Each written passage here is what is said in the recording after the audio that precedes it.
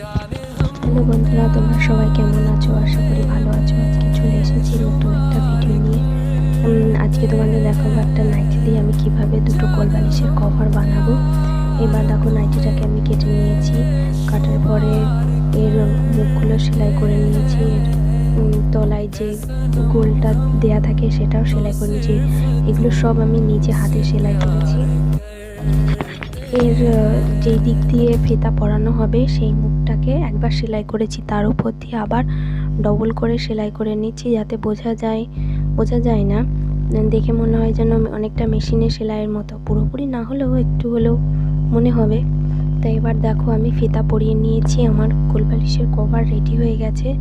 দুটো কোলবালিশের cover ready হয়ে গেছে।